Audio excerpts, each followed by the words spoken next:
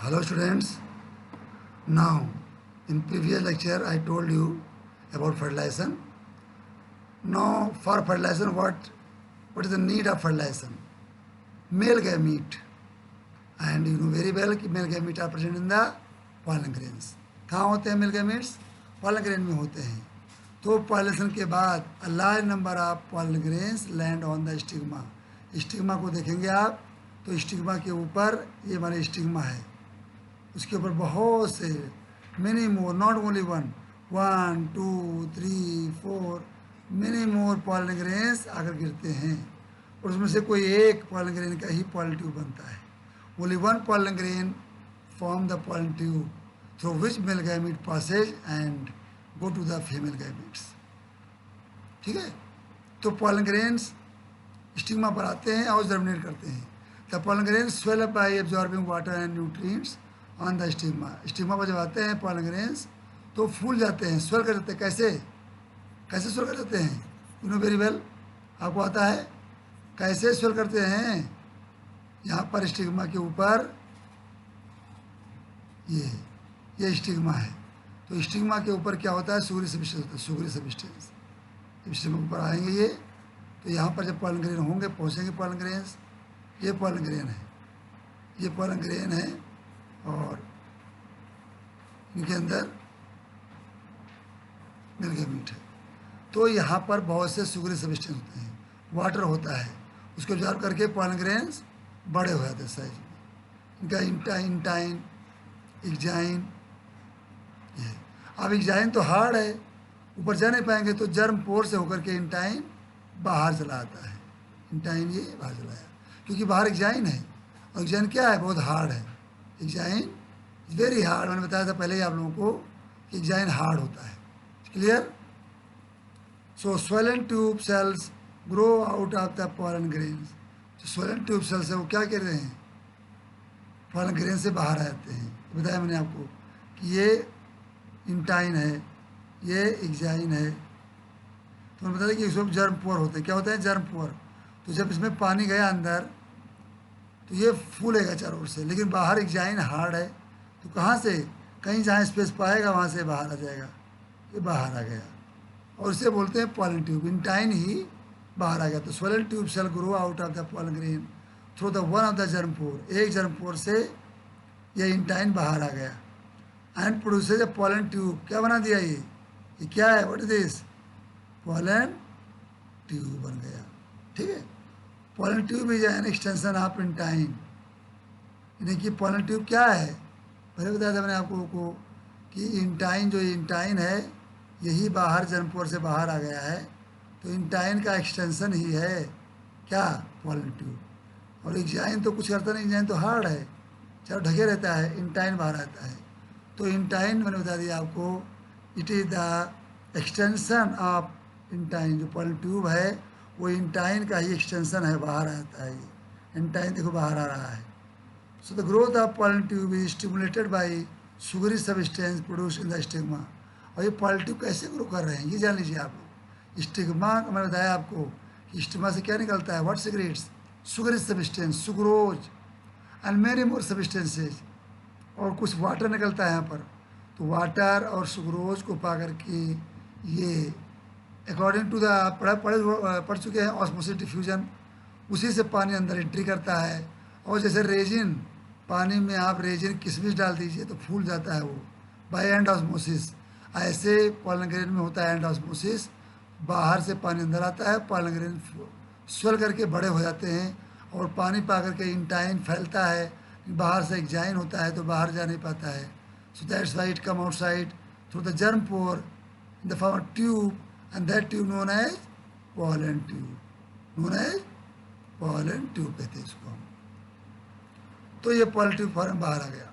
The pollen tube with two male gamete and tube nucleus run through the style and finally turn toward the macropyle end of the ovule in the cavity of ovary. और ये जो है pollen tube यहाँ पर जो निकला आपका, ये बढ़ रहा है. कहाँ बढ़ रहा है? यहाँ पर है एम्ब्रियो सैक, यहाँ पर है ये ओव्यूल. ओव्यूल में होता है क्या? एक्सेल होता है. बताया था मैंने आप लोगों को, एक्सेल यहाँ पर होता है. एक्सेल ही क्वीन है, उसी से मिलने राजकुमार जा रहा है.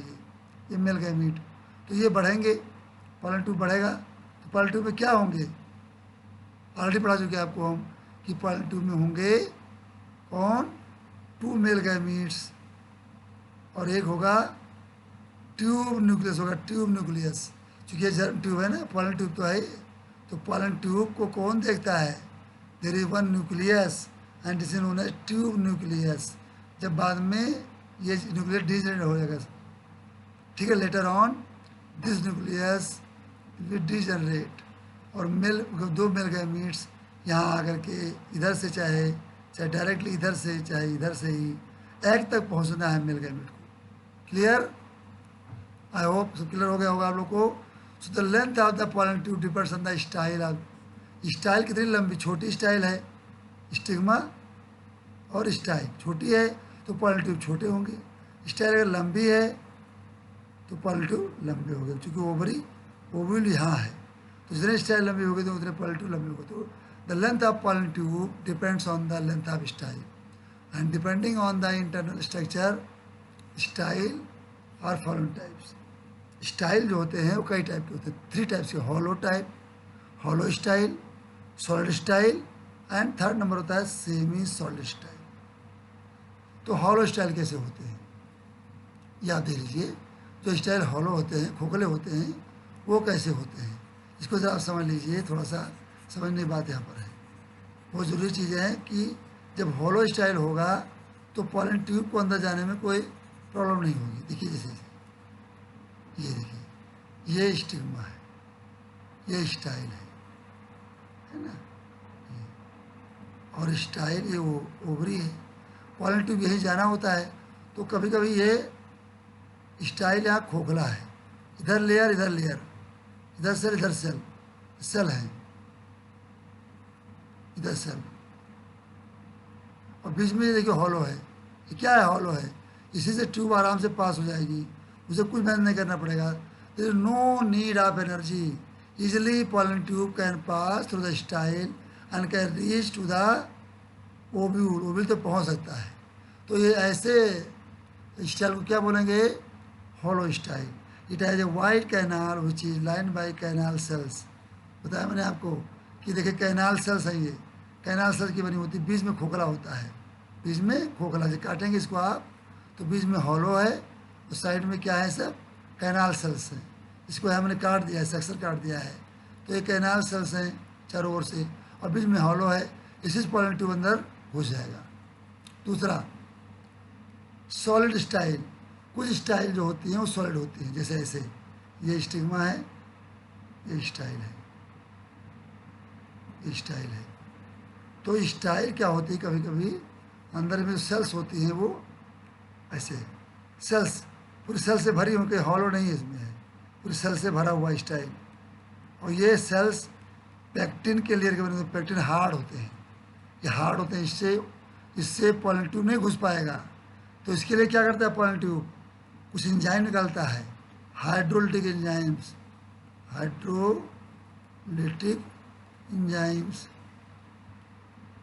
और ये हाइड्रोलिटिक एंजाइम्स और एक निकलता है पैक्टिनेज, पैक्टिनेज, क्योंकि पैक्टिन का बना होता है ये, तो पैक्टिन को पैक्टिनेज गला देगा। तो हाइड्रोलाइज एंजाइम और पैक्टिनेज एंजाइम्स, ये जो स्टाइल है इसकी ट्यूब को, इसको सेल को डिजॉल्व कर देते हैं, और डिजॉल्व होने के बाद ये रास्ता मिलता है, उससे पॉलन ट्यूब अंदर घुस जाता है। तो ऐसे स्टाइल जो सेल भरे होते हैं उनको क्या बोलते हैं, उनको बोलते हैं हम सॉलिड स्टाइल बोलते हैं, ठीक है।